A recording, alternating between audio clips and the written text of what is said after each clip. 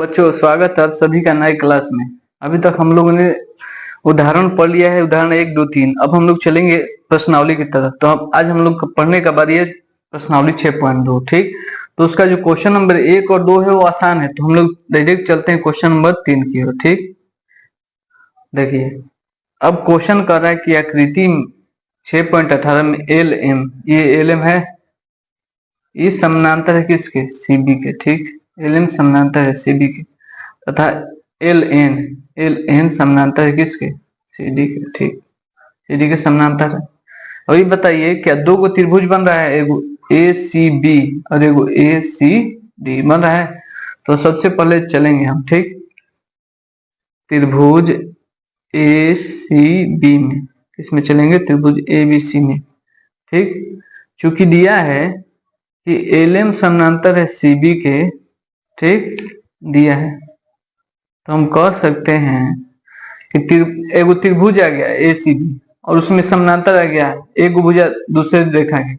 तो जब ऐसा आ जाए तो कौन सा नियम लगता है? थेल्स नियम लगता है। जब भी त्रिभुज में समानांतर आ जाए, कौन सा नियम? थेल्स। ठीक, तो हम कह सकते हैं कि एल एम समानांतर है, तो जो ए एम बटा में एम बी बराबर होगा एल बटा में एल सी की, छोटा वाला भाग ए एम, उसके बाद छोटा वाला भाग एम बी बराबर होगा ए एल बटा में एल सी। ठीक, हम कह सकते हैं कि ए एम बटा में एम बी बराबर होगा एल बटा में एल सी के। ठीक, किस नियम से? थेल्स परिमेय से। किस नियम से? थेल्स परिमेय से। ठीक, इसको दे दिए समीकरण 1। ठीक, अब देखिए फिर एगो त्रिभुज बन रहा है ए सी डी, तो चलेंगे त्रिभुज किस में? ए सी डी में। ठीक, ए सी डी में चूंकि दिया है कि एल एन समानांतर है किसके? सी डी की। एल एन समानांतर है सी डी के। ठीक, हम कह सकते हैं कि जो ए एन बटा में एन डी बराबर होगा एल बटा में एल सी, एल बटा में एल सी। ठीक, तो एन बटा में एन डी बराबर हो किसके? एल बटा में एल सी। ये भी किस नियम से? थेल्स नियम से। ठीक, ठीक, इसको नाम दे दिया समीकरण 2। अब देखिए समीकरण 1 और 2 में ध्यान से देखिएगा, समीकरण 1 और 2 में ध्यान से देखिएगा, दोनों के आरएचएस में एल बटा एल सी, यहाँ भी एल बटा में एल सी, तो आरएचएस इक्वल हो तो एलएचएस भी इक्वल होता है। ठीक, हम कह सकते हैं समीकरण 1 तथा समीकरण 2 से कि एम बटा में एम बी बराबर होगा किसके? एन बटा में एन डी के। होगा जी, एन बटा में एन डी। ठीक, अब ध्यान से देखिएगा, हमको लाना है एम बटा में एम बी। क्या लाना है? एम बटा में एम बी। यहाँ लाना है एन बटा में एन डी, लेकिन हमारा क्या है? एम बटा में ए बी।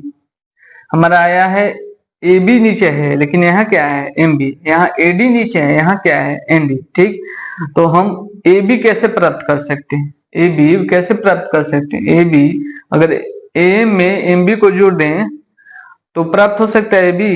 ए में एम बी को, ए में एम बी को, ए में एम बी को जोड़ देंगे तो क्या प्राप्त हो जाएगा? A B. ठीक, तो सबसे पहले ऐसा उदाहरण 1 में हम लोग सॉल्व कर चुके हैं। ऐसा कंडीशन है तो क्या किया जाता है? सबसे पहले विलोम किया जाता है।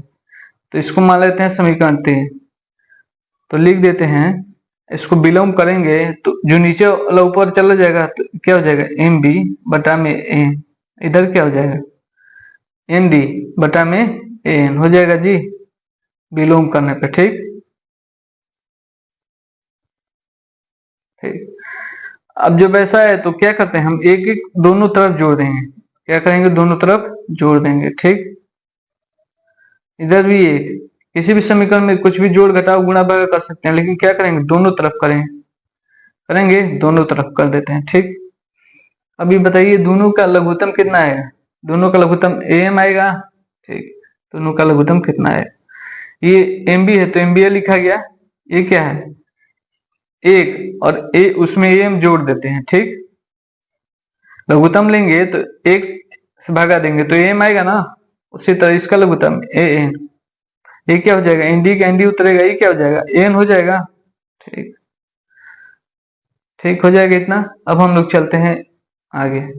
अभी बताइए एम बी प्लस ए मिलके क्या हो जाएगा? ए बी हो जाएगा। एम तो ए में रहेगा, ठीक। एन डी प्लस एन मिलके क्या हो जाएगा, एडी हो जाएगा, ठीक। एन वाला नीचे ही रह जाएगा, ठीक। लेकिन हमको लाना है एम बटा ए बी और एन बटा एन डी, तो इसको फिर विलोम कर देंगे, ठीक। इसको अगर फिर विलोम करेंगे तो आ जाएगा एम बटा में ए बी बराबर क्या, एन बटा में एन डी आ जाएगा जी, एन बटा में ए डी, ठीक। एम नीचे था ऊपर चला गया, ए बी ऊपर था नीचे चला गया, एन नीचे था ऊपर चला गया, ए डी ऊपर था नीचे आ गया, ठीक। और यही हमको क्या करना था, सिद्ध करना था, तो ये सिद्ध हो चुका है, ठीक। क्वेश्चन नंबर 3 को घर पे अच्छे से देखिएगा। हम लोग अब चलेंगे क्वेश्चन नंबर 4 की ओर, ठीक। अब देखें, हम चलते हैं क्वेश्चन नंबर 4 की ओर, ठीक। किसकी ओर, 4 की ओर चलते हैं। पर है कि आकृति में यदि डी समानांतर है किसके, एसी के, देखिए डी ई ये है समानांतर है एसी के, लाल वाला लाल के समानांतर है, ठीक। और डी एफ ब्लू है समानांतर ए के, यानी लाल वाला लाल के समानांतर और ब्लू वाला ब्लू के समानांतर है, ठीक। क्वेश्चन में दिया है तो सिद्ध करना है कि बी एफ यानी बी एफ बटा में एफ ही बराबर होगा किसके, बी ई बटा में इसी के, ठीक। तो सबसे पहले हम ये बताइए कि जब ये डी एफ समानांतर है किसके, एसी के, डी ई समानांतर है किसके, एसी के, तो सबसे पहले हल में आएंगे, ठीक। त्रिभुज ए बी सी है, त्रिभुज ए बी सी में, ठीक, दिया है कि डी ई समानांतर है किसके, एसी के, ठीक, दिया है, ठीक। तो जो समानांतर है, त्रिभुज में समानांतर आए तो कौन सा नियम, त्रिभुज में समानांतर है तो थेल्स नियम। अब देखिए डी यहाँ है और एसी यहाँ है, तो हम कह सकते हैं जब डी यहाँ है तो एक समय के लिए ब्लू वाला को भूल जाइए, ठीक, एक समय के लिए ब्लू वाला को भूल जाइए। तो देखिए, तो बी से हम चलेंगे तो बी ई बटा में ई सी, बी बटा में, यहाँ बी है यहाँ पे ई, बी बटा में ई सी बराबर होगा किसके, अब इधर चलते हैं, बी से क्या है डी और डी से ए, तो बी डी बटा में डी ए, बी डी बटा में डी है जी, ठीक। इसको नाम दे दिए समीकरण 1, किस नियम से, थेल्स नियम से, किस नियम से, थेल्स, ठीक। फिर आइए पुनः, अब त्रिभुज देखिए, अब कह रहा है कि जो हमारा डी एफ समानांतर है किसके, ए ई के, तो जब ए ई है तो इतना ही ना त्रिभुज बचा हमारा, ये वाला त्रिभुज बचा, ठीक, इसी त्रिभुज में कर रहा है, ठीक। अब देखिए ये जो ब्लू लाइन है ये हमारा त्रिभुज है, तो इसका त्रिभुज का नाम क्या है, त्रिभुज बी ए ई, क्या नाम है, त्रिभुज बी ए ई। इसमें क्या समानांतर दिया है कि डी एफ जो है समानांतर किसके, ए ई के, डी एफ समानांतर है ए ई के, तो हम कह सकते हैं, अब चलते हैं यहाँ से, बी एफ बटा में एफ ही, बी एफ बटा में एफ ही, तो बी एफ बटा में क्या एफ ई, बी एफ बटा में एफ ही बराबर होगा, अब इधर चलते हैं, बी डी बटा में डी ए, बी डी बटा में डी ए, समीकरण कितना हो गया 2, ये भी किस नियम से, थेल्स नियम से, ठीक, थेल्स से। अब एक चीज यहाँ छोड़ दिए हैं, आप लोग लिख लीजिएगा डी एफ समानांतर ए दिया है, ठीक। अब देखिए समीकरण 1 और 2 में दोनों के आरएचएस में बीडी बटा में डी है और यहाँ भी बीडी बटा में डी है, जब आरएचएस बराबर तो एलएचएस क्या होगा, बराबर होगा, तो हम लिख सकते हैं समीकरण 1 तथा समीकरण 2 से, समीकरण 1 तथा समीकरण 2 से आरएचएस बराबर तो एलएचएस क्या हो जाएगा, बराबर, यहाँ क्या है बी एफ बटा में एफ ही, इधर क्या है बी ई बटा में ई सी, बी ई बटा में ई सी है जी, और यही हमको क्या करना था, प्रूव करना था, यही करना था प्रूव, और तो आसानी से प्रूव हो गया, ठीक। तो इसमें देखिएगा जब भी एक त्रिभुज है और समानांतर रेखा है तो कौन सा नियम लगेगा, या तो थेल्स लगेगा, नहीं तो थेल्स ही लगेगा, ठीक। और जब समान अनुपात में आ जाए तो क्या आ जाएगा, उसका विलोम आ जाएगा, ठीक। तो इतना रखिएगा। हम लोग क्वेश्चन नंबर 5 की ओर बढ़ते हैं।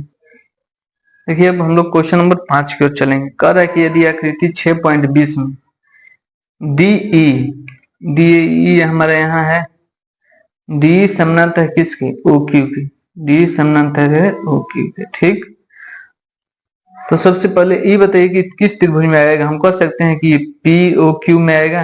किस त्रिभुज में आएगा, पी ओ क्यू में। ठीक, इसको घेर लेते हैं। ठीक, तो सबसे पहले इसी को हल करते हैं। तो हम चलेंगे त्रिभुज पी ओ क्यू में। किसमें चलेंगे, त्रिभुज पी क्यू में।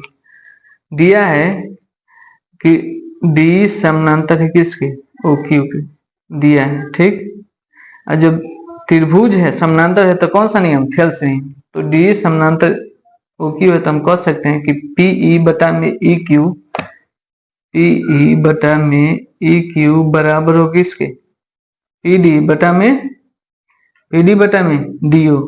यहां से चले पी बटा में ई क्यू, तो यहां से पी डी बटा में डी ओ। ठीक, समीकरण एक, समीकरण एक आ गया किस नियम से, थेल्स, इस नियम से, थेल्स, थेल्स से। ठीक, अब देखिए दूसरा क्या कर रहा है, कर रहा है कि डी एफ, क्या है, डी एफ, डी एफ कहाँ है हमारा, यहाँ है, डी एफ समानांतर है किसके, ओ आर के, डी एफ समानांतर है ओ आर के। तो ये कौन सा त्रिभुज है, ये हो जाएगा पी ओ आर, हो जाएगा जी पी ओ आर। तो चलेंगे त्रिभुज पी ओ आर में, इसमें चलेंगे त्रिभुज पी ओ आर में। ठीक, दिया है कि डी एफ समानांतर है ओ आर के। ठीक, ठीक, डी एफ समानांतर है ओ आर के। ठीक, तो डी एफ यहाँ है, समानांतर है ओ आर। तो जब भी वो त्रिभुज आ जाए और समानांतर देखा जाए तो कौन सा नियम, थेल्स नियम। तो हम कह सकते हैं कि पी एफ, पी एफ बटा में एफ आर बराबर हो जाएगा, पी एफ बटा में एफ आर बराबर हो जाएगा पी डी बटा में डी ओ, पी डी बटा में डी ओ। इस नियम से, थेल्स नियम से, किस नियम से, थेल्स परिमेय से। ठीक, क्या हो गया, समीकरण दो। ठीक, क्या हो गया, समीकरण दो। तो देखिए दोनों कि आरएचएस में पीडी बटा में डी हो, यहाँ भी पीडी बटा में डी हो। तो जब आरएचएस बराबर तो एलएचएस क्या होगा, बराबर, यहाँ भी पीडी बटा में डी, यहाँ भी पीडी बटा में डी हो। हम कह सकते हैं समीकरण एक तथा समीकरण दो से। ठीक, क्या कर सकते हैं कि जब आरएचएस बराबर है तो एलएचएस क्या होगा, आपस में बराबर होगा। ठीक, यहाँ पीडी बटा में डी हो, यहाँ भी पीडी बटा में डी हो। तो यहाँ क्या निकालेंगे, पीई बटा में ई क्यू, क्या बचा, पी एफ बटा में एफ आर, पी एफ बटा में एफ आर। ठीक, ये आ गया। अब देखिए ध्यान से अगर हम लोग देखेंगे तो पीई, पीई बटा में क्या आया,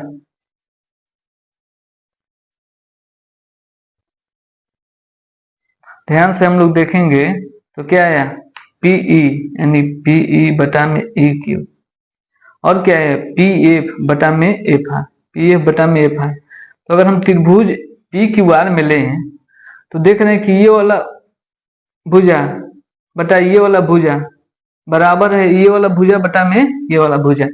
और एक त्रिभुज में समान अनुपात कब आता है, एक त्रिभुज में भुजा का समान अनुपात कब आता है, समान अनुपात आ गया पी बटा में ई क्यू बराबर पी एफ बटा में एफ आर। और एक त्रिभुज में समान अनुपात कब आता है, जब दो रेखाएं क्या हो, दो रेखाएं आपस में क्या हो, समानांतर हुई।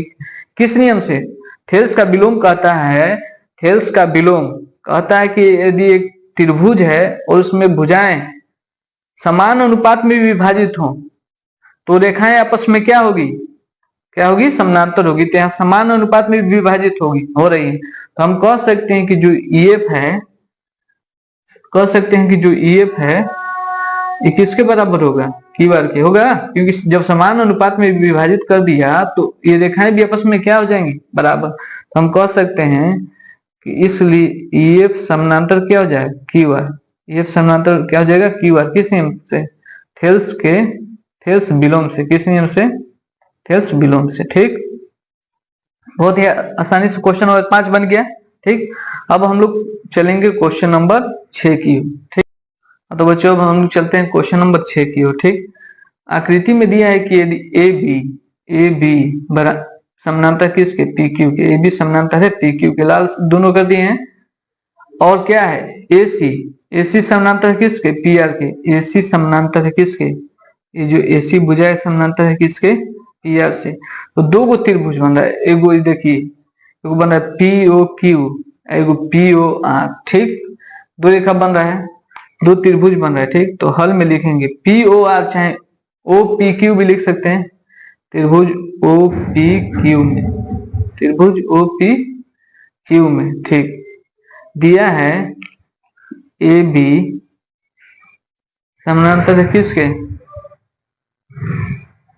पी क्यू के। दिया है कि ए बी समानांतर है पी क्यू के, ए बी समानांतर है पी क्यू के, ठीक। और जब समानांतर है त्रिभुज है तो कौन सा नियम, थेल्स का विलोम। कौन सा नियम, थेल्स का विलोम। तो हम यहां से चलेंगे ओ बी बटा में बी क्यू, ओ बी बटा में, ओ बी बटा में बी क्यू, ठीक। अभी तो छोटा वाला चले ओ बी, तो यहाँ क्या चलेंगे, ओ ए, क्या चलेंगे, ओ ए। और यहाँ बी क्यू था तो यहाँ क्या हो जाएगा, एपी हो जाएगा, क्या हो जाएगा, एपी, ठीक।